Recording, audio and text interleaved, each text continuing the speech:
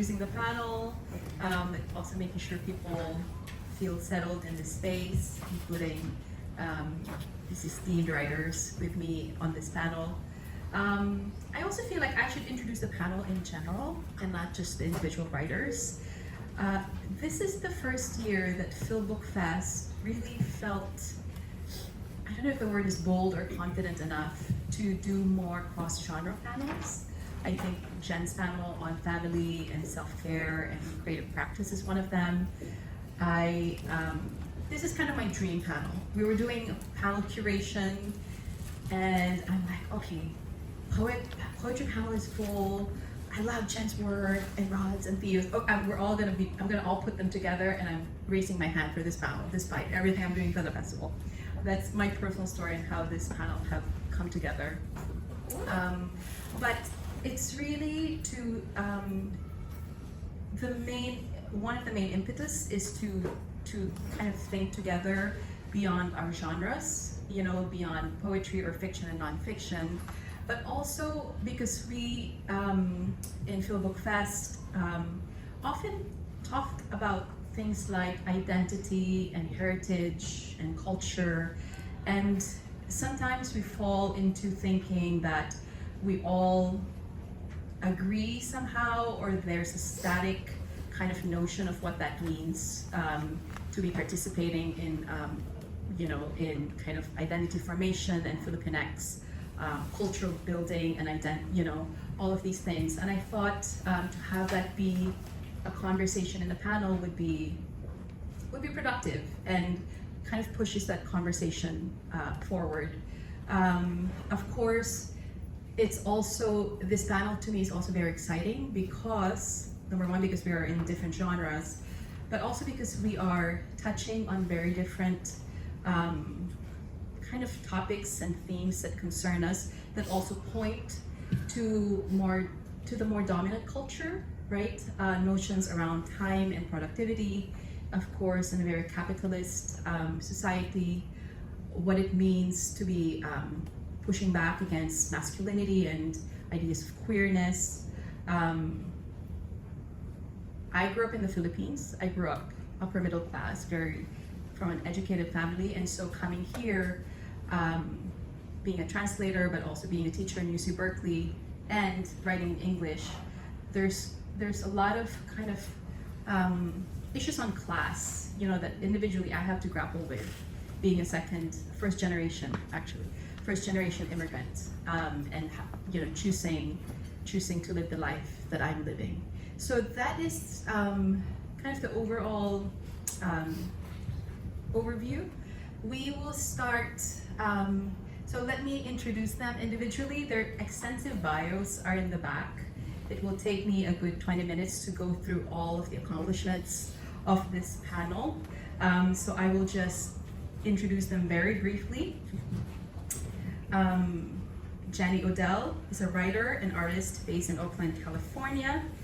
Her latest book, which if I were not doing FilbookFest work, I'd be reading straight for 5 days, is called Saving Time. I love this book so much. And the other thing that I want to share with you is she is an artist resident in Recology SF, or the dump. And you know, what a great thing to put, to be able to say, to tell people. Okay, Janine Joseph is a poet I truly admire, a poet and librettist from the Philippines, and author of Decade of the Brain, winner of the 2024 Virginia Literary Award for Poetry, and Driving Without a License, winner of the 2014 Kundiman Poetry Prize, and finalist for the 2017 Oklahoma Book Award. Okay, we also have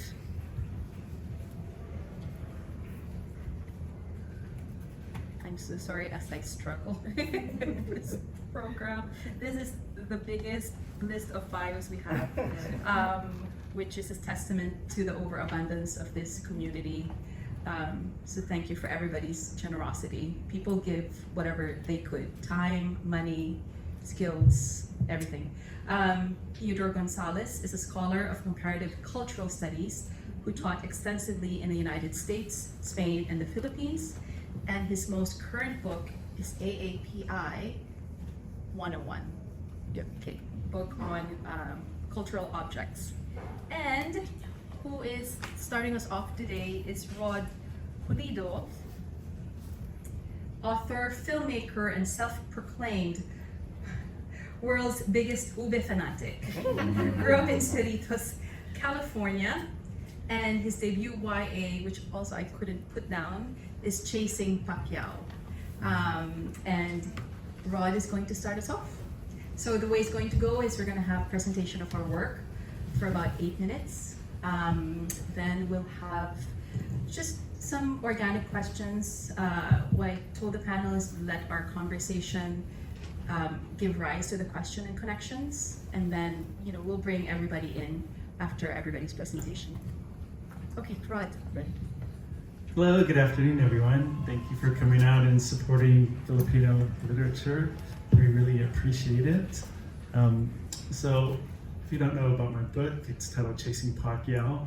It follows Bobby Agbayani, a queer teen Filipino who gets outed and beaten up, and decides to learn how to defend himself by studying the fights of his idol, Manny Pacquiao, only to learn that Pacquiao himself holds the same homophobic beliefs as the bully who torments him. So first I'm going to read a couple pages, and then we'll go into the discussion. At closing time, I find Rex in the locker room, sitting on the bench in his street clothes, stuffing gear into his backpack. My stride stalls, but I force myself to enter. You got some skills, Agbayani, and a mean left. I'm almost impressed.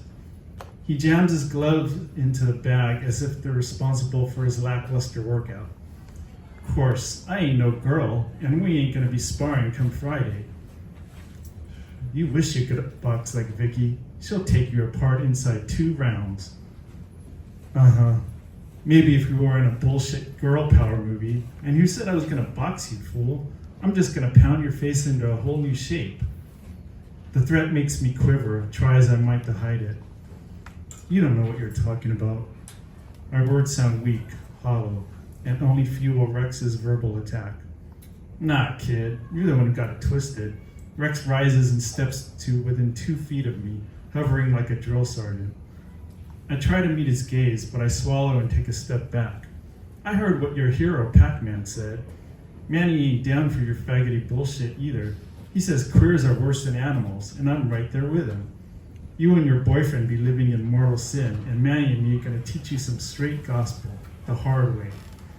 So what I'm wondering is, why you rocking that Pacquiao tee when he clearly ain't on your team? Think on that, Pate. I eye the crucifix hanging from his neck. I want to yank it off him and shout in his face that he's a hypocrite and a bully who hides behind his religion. But I don't. All my training, all my preparation is forgotten, and I'm reduced to the helpless kid that Rex beat bloody in a grassy field. He sniggers and struts from the locker room, leaving me shaking. I stumble backward onto the bench. The squeak of rusty wheels announces Brandon's presence as he rolls Hank into the room. You hear all that? I ask. Just the tail end. He sits beside me and takes my hand. Forget about it, B. That asshole doesn't know what he's foaming at the mouth about. Girl power movies are awesome. I try to think of a witty reply, but my shoulder starts to tremble. I don't think I can do this, Brad. I don't think I can beat him.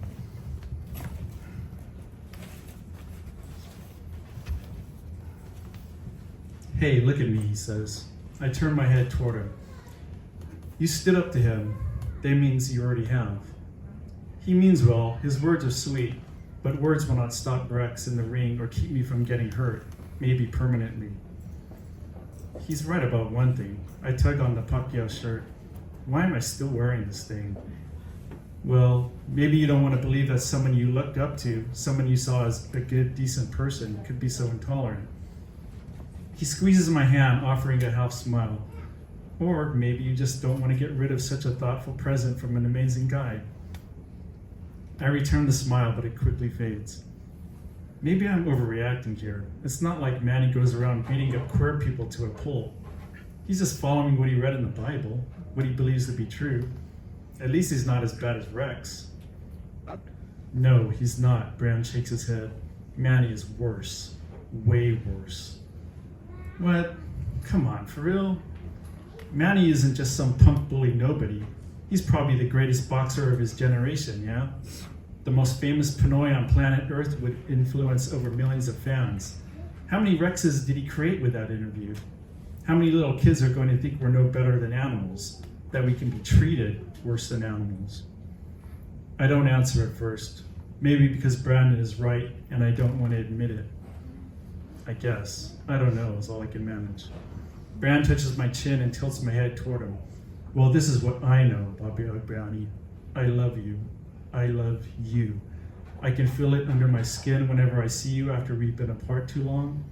I feel it on my chest when you step in the ring and get punched one too many times. And I know it in my heart that you make me a better, braver person when we're together. And anyone who thinks the love I have for you is evil, well, they don't have the heart to understand what love is really about. Also, they can kiss my queer brown ass. Laughter bursts from us. It's cathartic. Pran is so cute when he acts tough.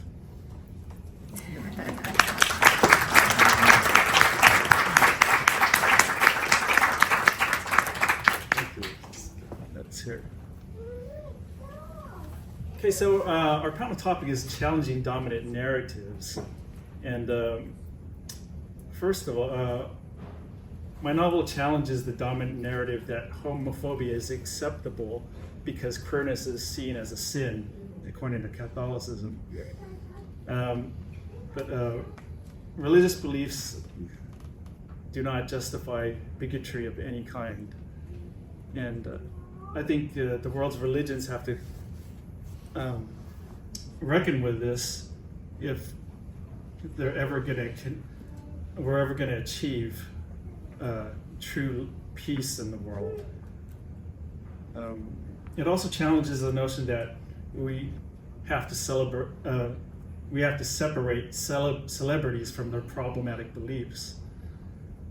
Pacquiao's homophobic statements have done much to encourage homophobia in the Filipino community, and his celebrity does not give him a pass. If anything, it's our responsibility to check those who have such influence. Our heroes are supposed to uplift us, not push down. Manny Pacquiao, the boxer, may be a great puncher, but Manny Pacquiao, the man, likes to punch down. So I believe our heroes are supposed to inspire kindness and tolerance, not incite hatred. And as a queer Filipino author, I think it's important to speak out against homophobia in all its forms, most especially when it comes from people with great influence. So that's pretty much it. I'll pass the mic. Thank you, Roa, too.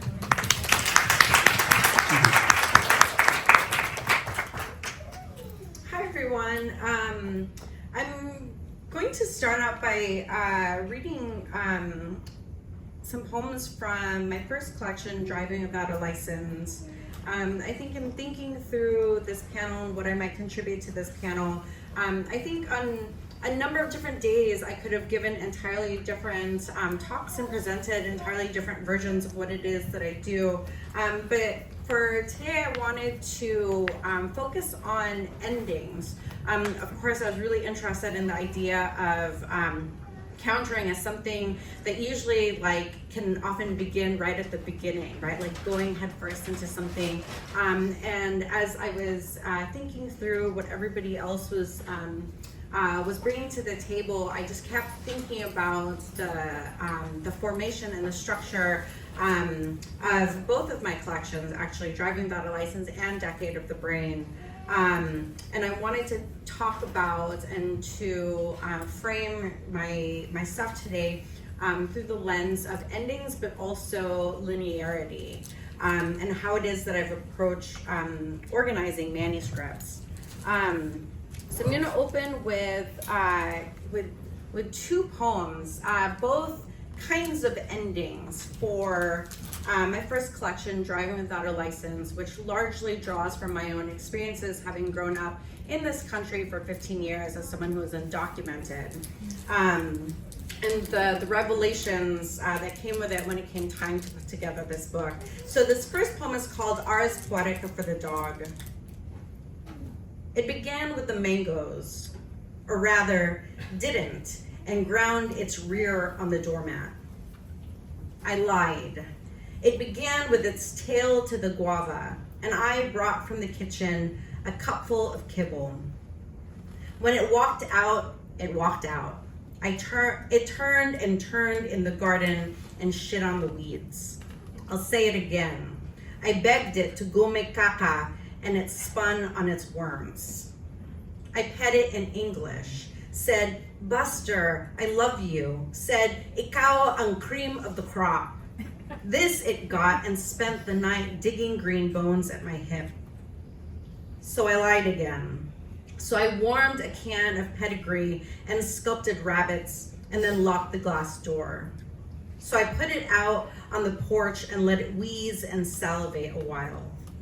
So I drew smiley faces on the steam. Now a true story. Once I had a dog that was pregnant for years with a tumor.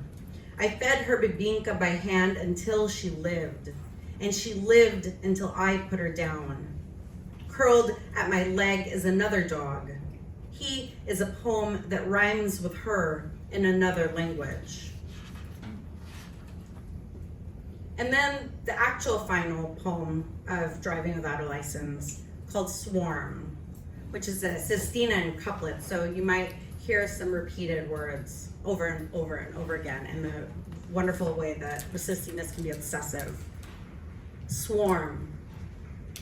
So many weeks the beagles barked at the buzz coming from the mulberry. Then it was gone.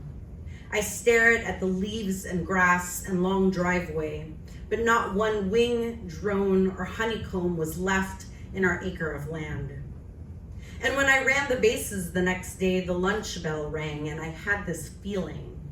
Call it a bark and call me a foreclosed house with a gate left open. On my turn to pitch the mulberry kickball, I swore I saw tri-colored coats, one after the other on the street like leaves. In no way could the beagles leave, pulled out of their collars, but I still ran to the chain link with the kickball score 1-0. The yard duties whistled and barked, and I sprinted until I crushed mulberries under my sneakers. Nothing was left. My brothers had left, and my father had left, and my mother 7 times came and left until the ashes of 7 beagles were buried in tins under the largest tree. She ran the hose until the ground was muddy and the bark splashed with fruit. Then she was gone. Countdown on the clock. 3, 2, 1, and I was upright, chair tossed left, and my mouth widened was a wet bark. Out the classroom, I chased my leaf-thin shadow into the kickball field as if running out of the country. My pant legs burry with foxtail snags and my shoes a mold mess. I had lost everything. And one by one, the yard duties emerged, ran with their pea whistles right and then left, calling Joseph at my heels. I climbed to leave. I scaled the fence and there was barking. I ran until it was clear and put my hand on the bark of a mulberry tree. Again, to hear our name leave the mouths of others as if no one disappeared. So I wanted to share these 2 poems as 2 kinds of endings, alternate endings, but also really one real ending, largely because I was part of a group that read final manuscripts together. And one of the exercises that we engaged in was in addition to, you know, writing feedback, writing comments, asking questions of each other, we made suggestions about ordering, right? So when you submitted your manuscript, you submitted it in a kind of order that you believed your manuscript was supposed to be in. And if people had suggestions, they would reorganize the manuscript. And something that I found kind of overwhelmingly so was that every person, despite the fact that they knew what I was writing about, and they'd seen these poems before, and they read all of the poems in the order in which I, you know, presented them, all reordered them, all reordered the manuscript so that it ended on Ars Poetica for the dog. Overwhelmingly so, right? They said Swarm was not the right ending. It didn't come to a close. But yet the poem, which when I wrote it, I was mostly just thinking, I'm really sad. My dog just died. I'm going to write a poem about my dog who just died and the new dog that has come into our house, who I realized when I told him to go do something, he didn't understand Tagalog because he was the very first American dog I'd ever owned, right? Like when my family immigrated, we brought with us our beagles from the Philippines, and so they were all trilingual. And I was really used to a trilingual kind of like canine pack. And I was just so, I needed a way to kind of process this. And so when I wrote this poem, right, when I wrote this poem about my beagle who just died, and then this like a very American boy suddenly in the house who's just like looking at me when I'm like, go make caca, go make pee-pee, and he just wouldn't. I wanted to write about it. But the next thing I knew, right, like it became symbolic of a kind of like very linear, like arcing, beautifully arced American dream kind of a manuscript, right? Where like I realized even as they were ordering, and for the most part, they kind of agreed on what poems were gonna go in the beginning, what poems were gonna be at the middle, and then how it was going to end. But they really just wanted to flip this particular ending, right? And I was like, what is this? And I realized that they were all revealing, you know, a kind of narrative that they were seeing in other kinds of literatures, also in media, right? Of like, you know, someone immigrates to this country, they experience some adversity, they assimilate, and then they achieve the American dream. Except I had grown up undocumented in this country, and linearity was never my experience, right? Like even as I was writing a manuscript about growing up undocumented, by that point I had a green card, and I was still kind of stuck into this like condition, and still needing to write through this particular condition. And so that act, that kind of exercise really revealed to me in a new way how my poems that I didn't attach any kind of additional maybe like value to, though now I can never read that poem ever the same way again. And I'm actually really quite careful about the audiences where I read that poem, because people cling onto it like, oh, English, even though I came to this country having spoken English. So I subverted that, right? Like I continue even into Decade of the Brain, where I'm writing about my naturalization. I'm writing about experiencing a traumatic brain injury, like what it means to shape a manuscript against a kind of clean arc, right? Also I'm thinking about like, what does it then mean to go from undocumented to being a green card holder to naturalized? What does it mean to go from, you know, someone who survives a traumatic brain injury, and what does the arc of recovery look like? And making sure that I'm shaping the manuscript truer to my experience, which is far more nonlinear, circular, fractured, to probably the sadness and the like great ire of people who kind of feel like, but it didn't end so neatly. Amen. Thank you so much.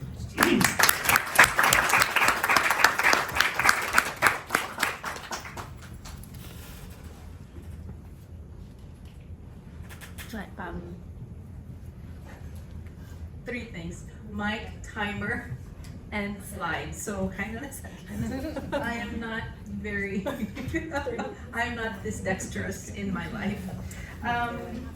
Okay, let me just make sure I have the time. I'm also a poet, so I would like to follow Janine. Again, for everybody, my name is Karen Llagas. I'll do the reverse, which is read my poems last. And I kind of want to start with the things that I grapple with. I teach at UC Berkeley, and every year we bring students to the Philippines, primarily Luzon, so we can be land-bound, so we don't go all over the archipelago. But towards my time, it's 5 weeks, and towards the last 2 weeks, this is one of the trips that we make, which is an immersion trip. This is Lupang Ramos, which is a contested land in Cavite. And if you don't know, the Philippines is still very much a semi-feudal country. You have large swaths of land can be as big as many places in California, as big as Makati or Pasig, owned by the likes of the Coancos, the likes of course, your big developers, right? All the malls. But Lupang Ramos basically is very special to students there who go and to me, because these are farmers who've been there for generations, and they continue to pass down this legacy of tilling the land. And I'll tell more about this community in a little bit, but we referenced Bayanihan as that very classical representation. But for many farming communities in the Philippines, Bayanihan is not the lifting of houses, because they are in one place. It's the collective act of farming. You collectively till the land. And this is us with my students, and that's our leader in the back.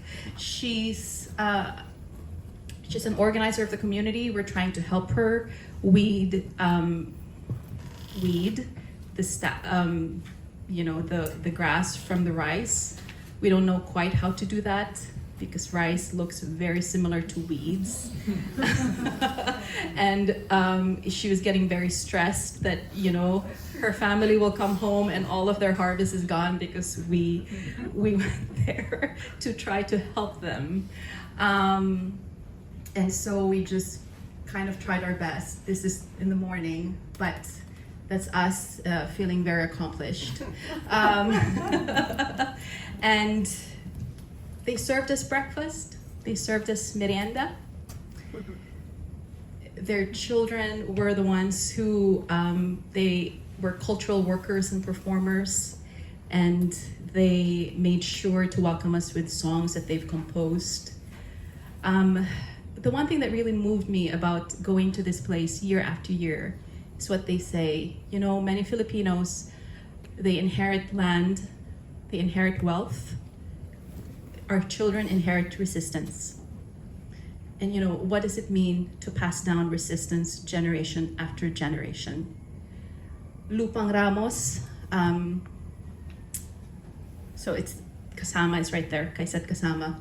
LR stands for Lupang Ramos. It says there 372 hectare land redistribute to farmers. If you look them up right now, there's a heavy military presence in Lupang Ramos because they're being red tagged and they're being harassed, basically. So what does it mean for us as Filipinos? Set aside, for example, just kind of like the Filipino-American experience, to say that we're in solidarity. I have 5 minutes. I think what I've learned, and I want to allude to Elaine Castillo's soft underbelly, to learn this experience touches us so much because we learn from the community, and what we learn as Filipino Americans is that we don't quite know how to receive. We go there, and the amount of goodness that we receive from people who are barely surviving on a daily basis, and the amount of food and time and stories that they give us for nothing. We didn't pay them. This is not, we just visited them.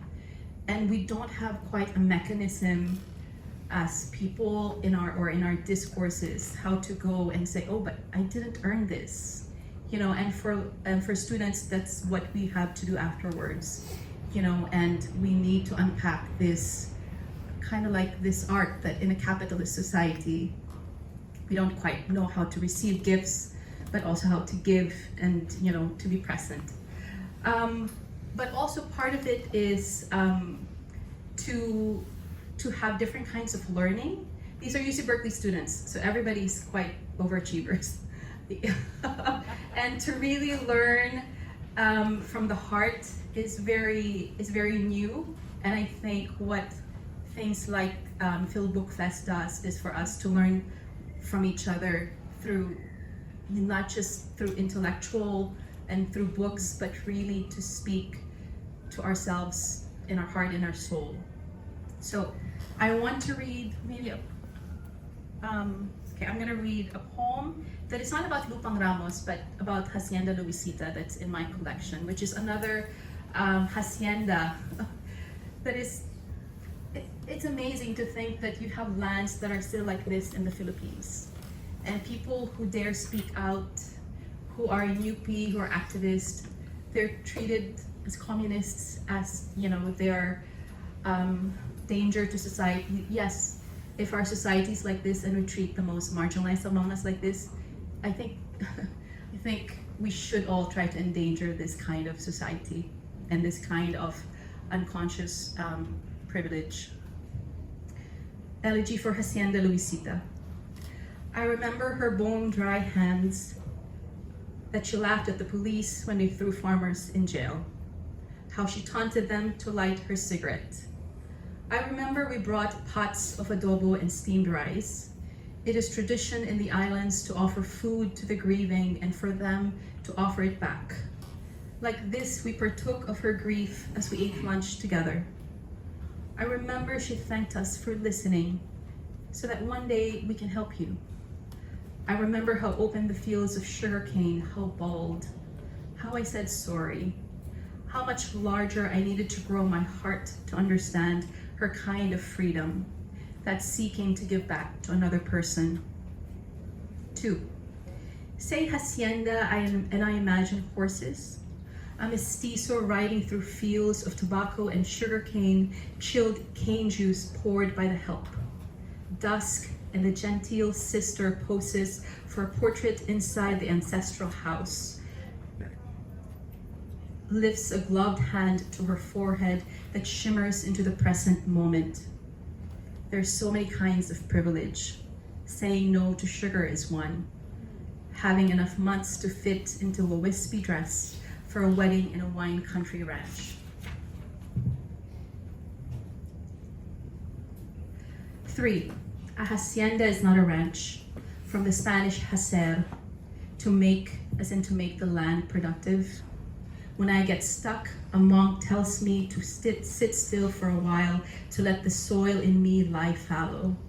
A monk's wisdom tells me if we wait long enough, land transforms into food, the dead give way to the living.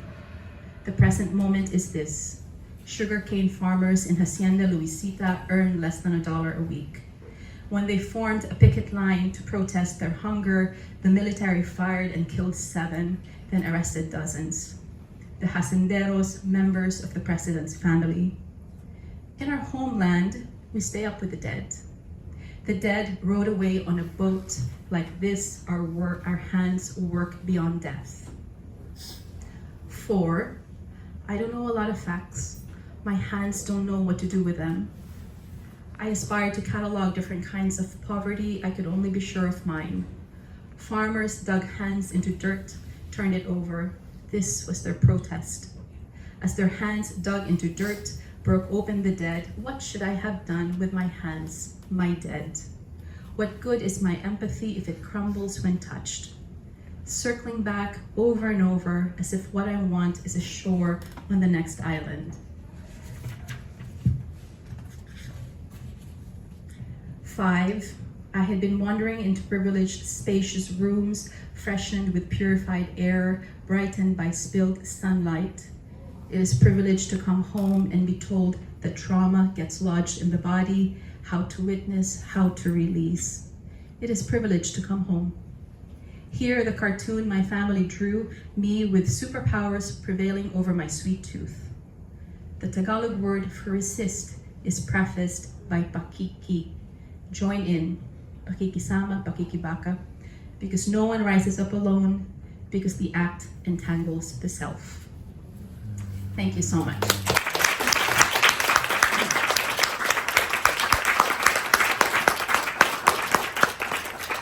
I bring you Jenny Odell. Thank you. Oh, I think I also have slides. Yes. Right. Do I need one? Got that? Do you need the? Oh, you did? Okay. Okay. So yeah, my most recent book is called Saving Time. I would say it's working against the notion that time is money, which is something that I already was kind of interrogating in my first book, which is called How to Do Nothing. And when I started thinking about this project at the very beginning, I described it as wanting to sort of investigate time as money as an invasive species, like an invasive species of time, which actually tracks pretty well because it came from Europe and it's like spread everywhere and it's sort of took over everything. And I literally was just volunteering this morning at a native plant restoration project. I know the grass anxiety. There's like native grass and non-native grass, and they look very similar. And it's like, yeah. Anyway, so I think a lot about the kind of spread of these ideas, and I would say like maybe the first half of this book is just looking at the history of this actually quite peculiar notion of like a man hour, like an hour, actually just as a concept. And then, which I think is actually already a really great way to dislodge an idea, is to just like tell the story of how it developed. And then the second half of the book is kind of like, okay, what are other ways of reckoning time that actually we're all deeply familiar with and all live because we're in bodies and we live in seasons, and there's all these kind of languages of time that we know, but that are suppressed by this notion of time is money. So for that reason, the first half of the book is really a lot more depressing than the second half. And my editor actually, when I turned in the first draft, was just like, you gotta give people some hope at the beginning, because the whole first part is like, you know, the sort of history, like these are some ads from a magazine called Factory Magazine, which was, it was a magazine for factory owners, and you can see it's like literally making the equation like you buy time like you buy material, but of course time is other people's time.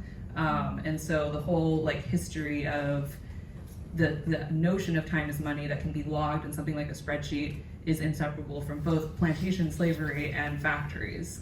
That's where you get something like spreadsheets. If you can go to the next slide. This is a diagram from an article about Taylorism. So Frederick Taylor, who was someone who was sort of studying work and trying to figure out ways to make it go faster.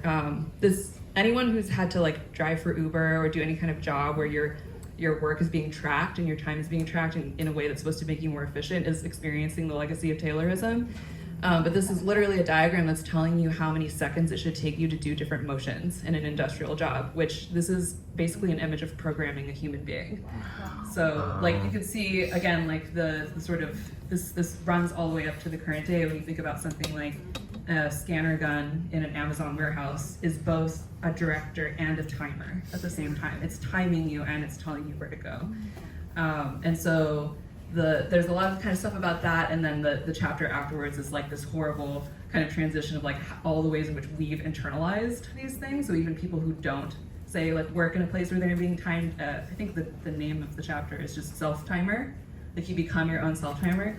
And as far as I know, I'm the person who coined the term productivity bro for like a certain type of content creator online who is typically male and like is like, this is my morning routine. I get up at 3:53, and then like they're always like the work that they're doing like more productively is always like writing a book about productivity. Like it's cute. So, and my favorite one, which is sadly not in the book, but I always like show when I like give a talk about this, is there's this TikTok of a guy who's talking about how he's figured out how to have like 3 days in one. Does anyone know what I'm talking about? I've seen that. Yeah, we change and manipulate time. Yeah. My first day ends at like this Yeah, time. my first first day starts. It's like 6 a.m. to 12. Yeah. It's like, and he's like, what I've done is I've changed and manipulated time. And he's like really buff and like really Sunday. And then he's like, stack that up over a week. I'm way ahead of you. Stack that up over a year. He's like, I'm out of sight. And my friend and I always joke, like, stack that up over 5 years, I'm dead. Because like, your time is faster. So yeah, it's a lot of this is like sort of like, yeah, trying to highlight the history, also trying to push against the notion that everyone has 24 hours in a day, because that's just like not true of like how we experience time. It doesn't acknowledge anything about social hierarchies or support or lack of support, and which is why it's so important to look to collective actions to actually make more time for people. And then I have a whole chapter of like, is there even such a thing as leisure? Also depressing, but maybe can you go to the next slide? Sort of from the middle of the book on, this is, I'm really kind of trying to recapture a different notion of time. So this is a graph of sundial time, graphed against, I guess what we would call normal time, or sort of like orthogonal time. So during parts of the year, the sundial time will be quote unquote ahead, and other times it'll be quote unquote behind.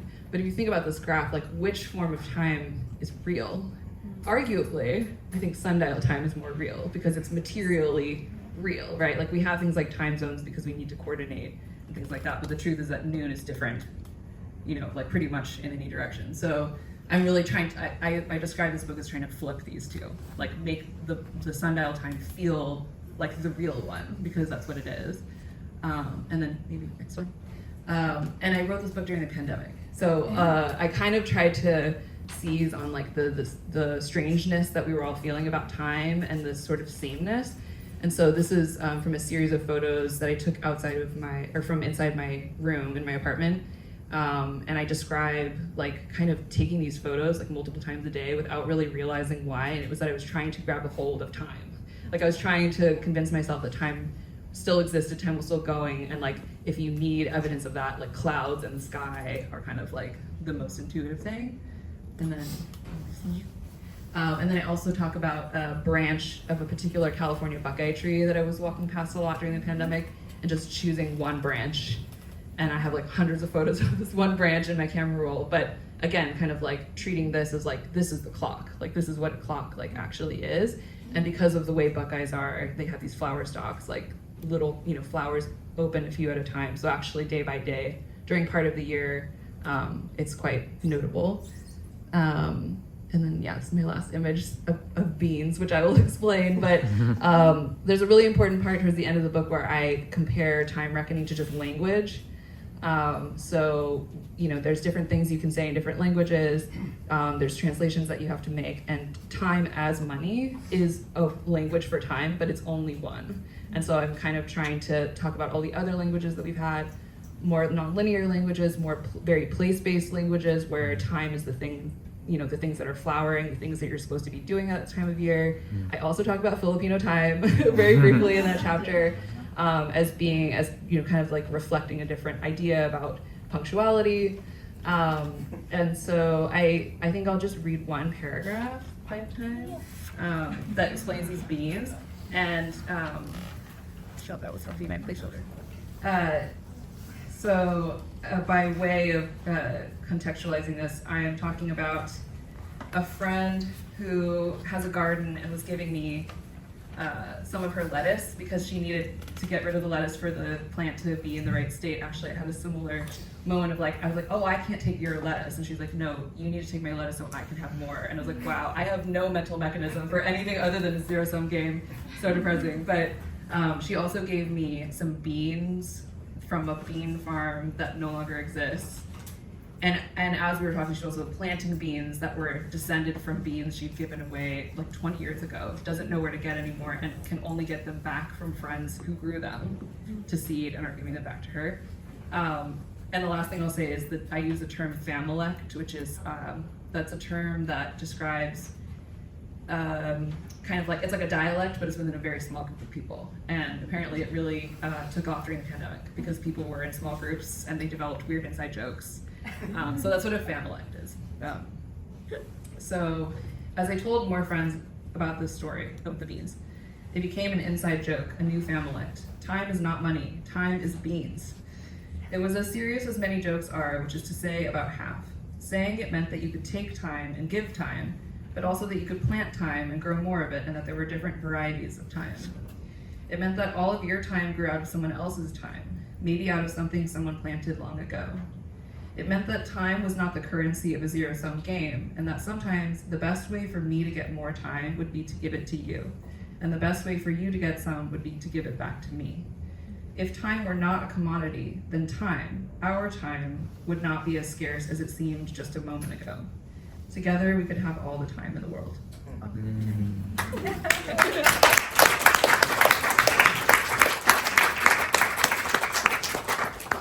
To close off our panel, Theo. Okay. I've forgotten what slides I've included. Can we just scroll forward? Okay. Okay. So I've put together a history book called Smithsonian Asian Pacific American History, Art, and Culture in 101 Objects. I'm a curator at the National Museum of American History. I've been there for about 6 years. And for the last 32 years, I've been a college professor. So I've been engaged in these long, boring arts of speaking in 16-week increments in teaching classes. And so I can be quite verbose and you know, I don't have to be paid by the word, but I could speak at semesters at a time. Like Jenny, this book came out it was started as a pandemic project. So the idea is that we wanted to be able to assemble initially 1,200 objects within the Smithsonian's collections.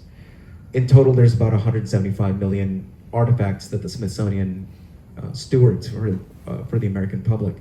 I worked with a small staff and we put together an initial list of about 1,200 artifacts from 14 different Smithsonian units. There are 21 museums, 9 research centers, and the zoo.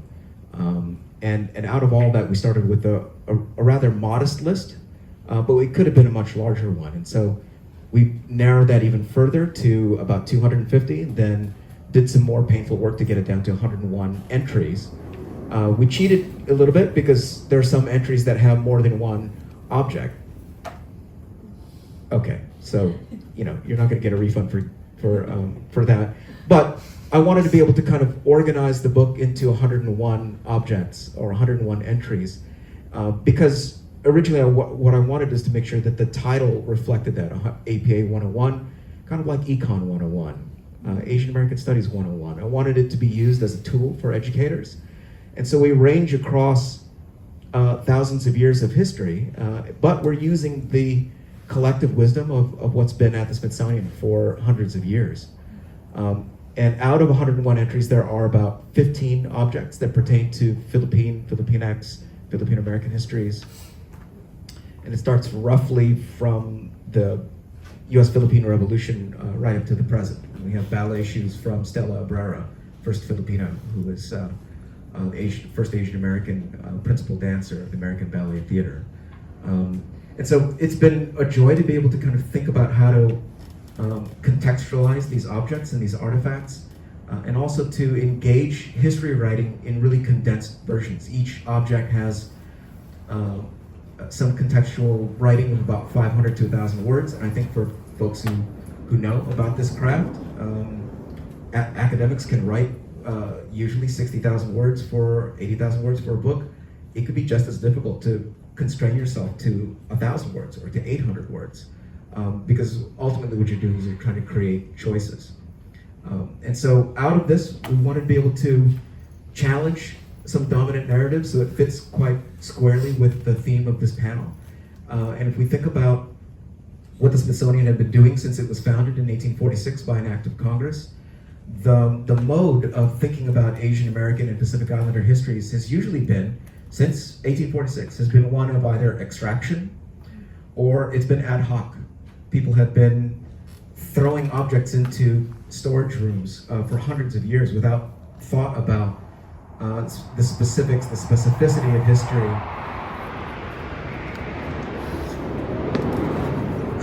That's really quite intimidating.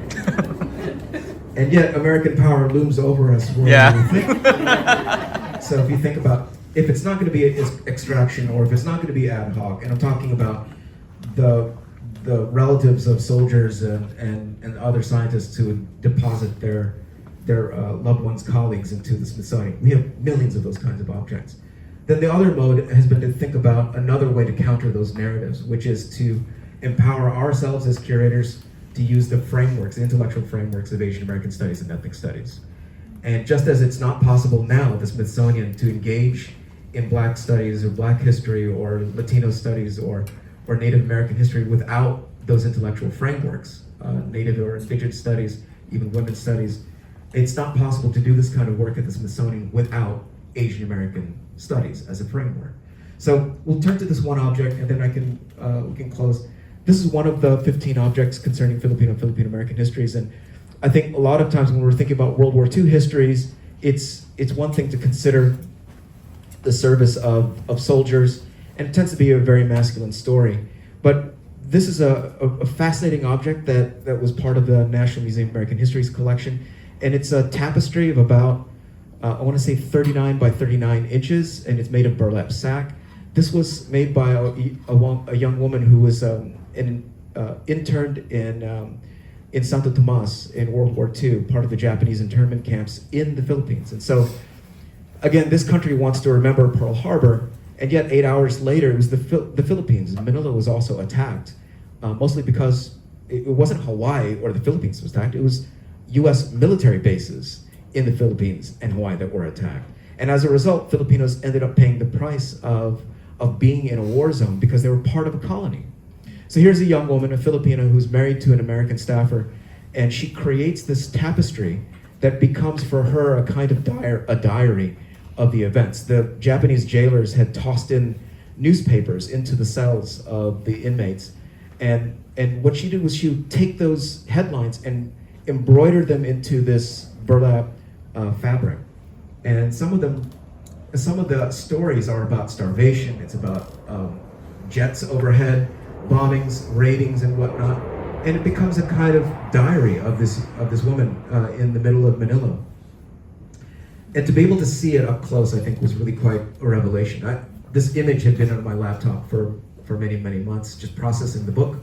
But to be able to see it in our storage and collections rooms, it's powerful to be arrested by thinking about her hands crafting these under a time of war. And she wanted to be able to leave this kind of object behind, to be able to say that all war is ugly, even though she is supposedly fighting on the side of the Allies. She had something really specific to be able to tell about this story.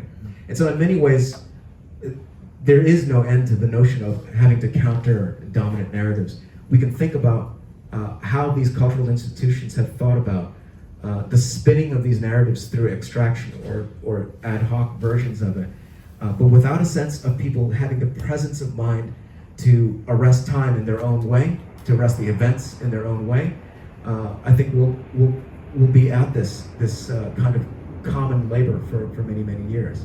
So thank you for listening. I hope you get a chance to take a look at the book. It's been actually a wonderful joy to think about this project, and I'm happy to be with you today.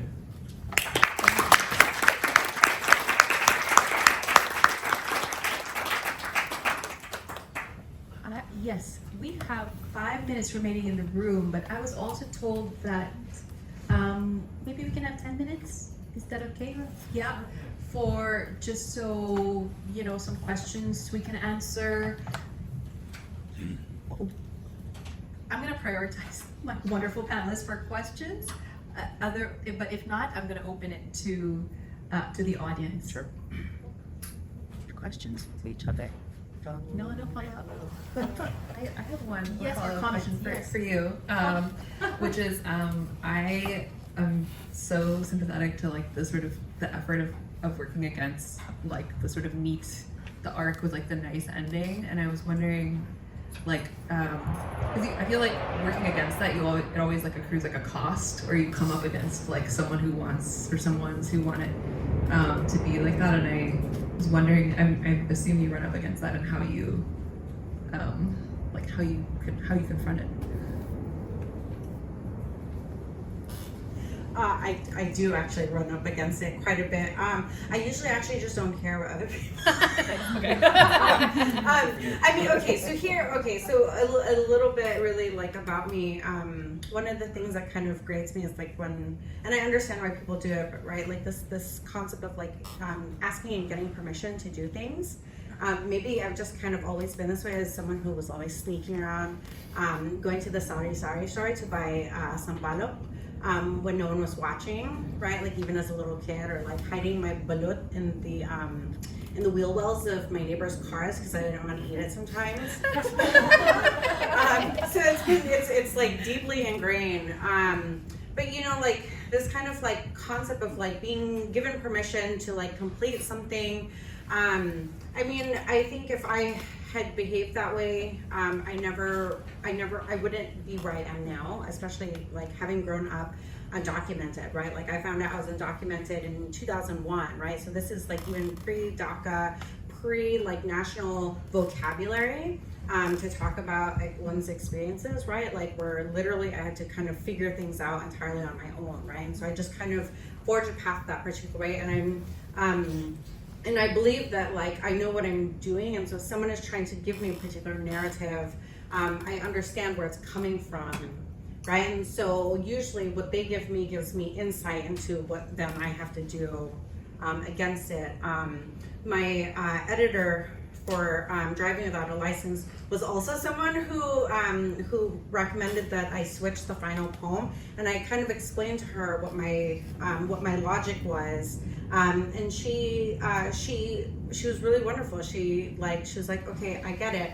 I'm going to behave like a guest in your house and like let you lead me through these rooms. And so then when I published Decade of the Brain with the same publisher and working with the same editor, she just like trusted my vision. And she's just like, I see what you did there at the very end, like, because it's the last poem is also the title poem of the collection. And right, like people have all these kinds of theories about what the title poem does for the collection, how much of the attention it draws to itself, and how then I just kind of I kind of like pulled the rug out from underneath the entire collection with the final poem. But she just kind of let me do it because I had just done it the first time around. That's awesome. Turn to the audience. Comments, questions? Have a good time. Yes, please. The Maybe topic. project. Okay, yeah. The topic here. Okay. Repeat the question. Yeah, I'll repeat the question after. Okay, so we're talking about was it countering the dominant culture, right, in our writing or in your writings? Narratives, yeah. In narratives, excuse me. So I'm just curious, and you don't have to answer it if you don't really have an answer.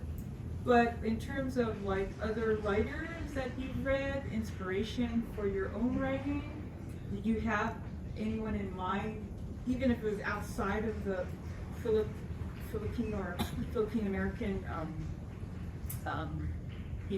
circle of writers?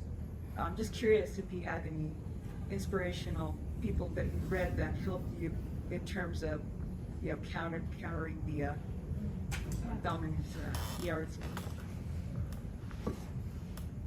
I can read a quote that I wrote down. Yeah. Because I was like, am I gonna pull this out, this particular quote? Did I just like lose my paper? Okay, maybe come back to me. Oh wait, no, here. Okay. So this actually has nothing to do with countering dominant narratives, but it kind of points to a movement that I was kind of really interested in. So the late poet Stanley Plumley wrote an essay called Narrative Values, Lyric Imperatives, and in it he's talking about one of Robert Pinsky's poems. But in the way that he was talking about the Pinsky poem, I found kind of articulated a movement within a larger work that I felt really kind of spoke to a kind of experience that I wanted to write through.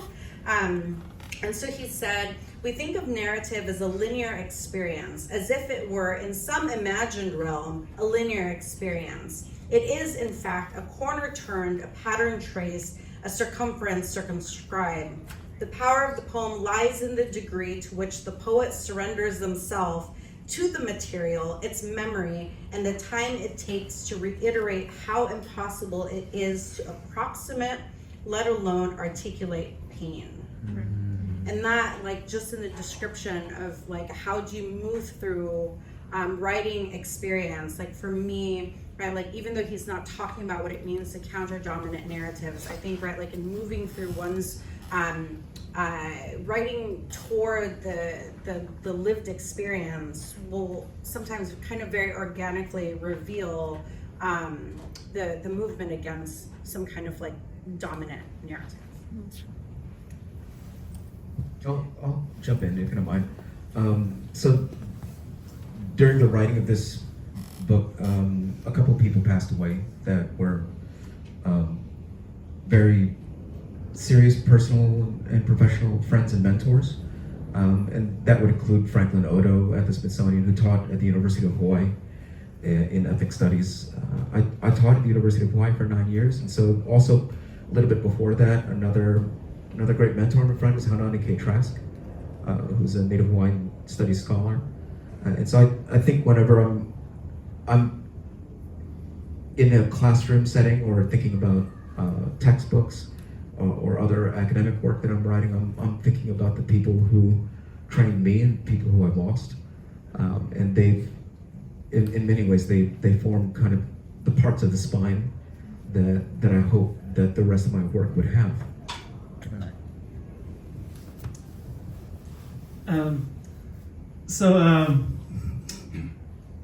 My influences, you could tell if you've read Chasing Pacquiao. I grew up reading comic books, and a big influence for me was the Uncanny X-Men, and it really instilled in me the narrative of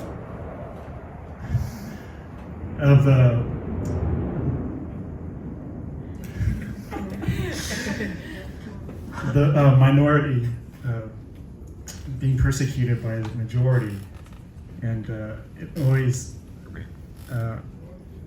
from there I always wanted to tell stories about rebellion and going against the dominant culture.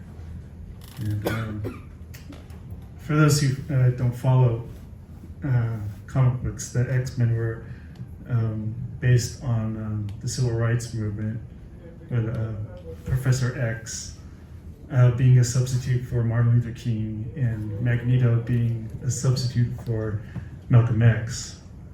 So yeah, that whole duality is in revolution versus liberalism has very much influenced me. So also as far as Filipino writers and leaders, the labor leader Theodore Cruz, he was a very big influence on. I had the honor of meeting him a couple of times in Albany Village in Delano, and I remember him saying to me that struggle is at the heart of the Filipino American experience, and everything that we attain in this country will be about struggle. So I really take that to heart in everything I write, and I knew that writing a book about calling out the most famous Filipino on the planet, you know, there was going to be a lot of obstacles in that, and I was terrified in writing it.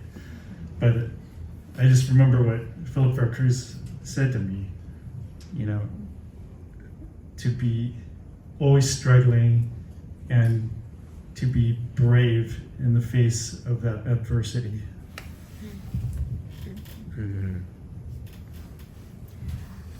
I'm gonna respond to, I think, the question behind the question, which is who are what do we read and why do we read them? And for myself, I think I read very broadly. I read YA, I read poetry, of course, because that's my first love, so to speak. But to be honest, we were just in a self-care panel. I also read so many self-help and like these women's magazines and women's work. And so it was so exciting for me to come across Jenny's work, right? Because for that to be coming through, you know, this notion of time and productivity, that discourse was coming so much from the tech industry and these gurus and productivity experts. And for that finally to come home to what it means through a Filipinx lens. And of course, there's so many beautiful Black writers who are writing about rest and resistance. And a book that's still haunting me is this book called This Flesh. I'm, you know, if somebody's remembering that, which is about, which is really about that, you know, our work is towards what exactly? What are we writing for? What are we struggling for? And rest for itself as This Here Flesh is the name of the book. And it's not a Filipinx writer, but it's one that's really I've been thinking about lately.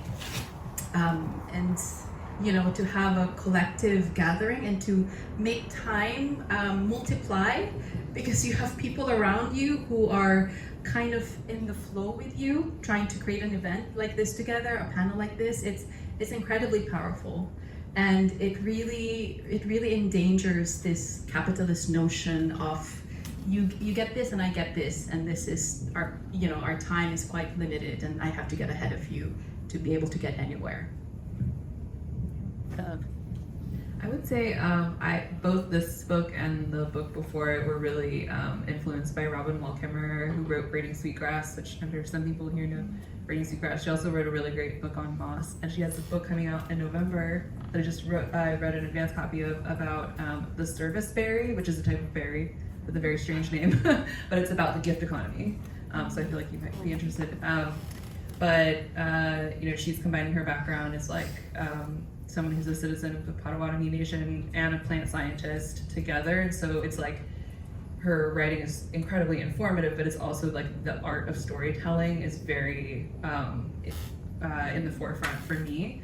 And so there's the sort of story aspect, and then also she's really good at finding kind of prosaic everyday details that are kind of the living proof of ideas that aren't currently dominant. So for example, like in the upcoming book, it's like we all know what it's like to give a book away after we're done reading it.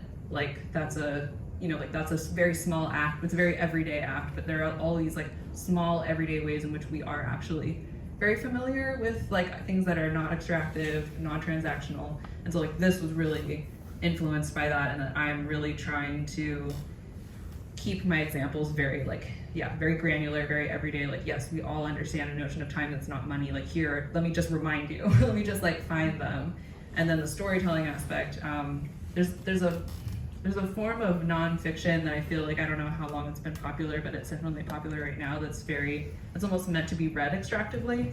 Like, give me the bullet points, you know? Yeah. And I can't read that kind of writing. I can't write that kind of writing. And so I structured this book as a one-day road trip where every chapter is set imaginatively in a different location. And it's a one-day feasible road trip in the Bay Area. So it starts talking about industrial time at the Oakland port, geological time is at the coast, you like turn around, you end, the last chapter is about death and it's in the Oakland, cemetery.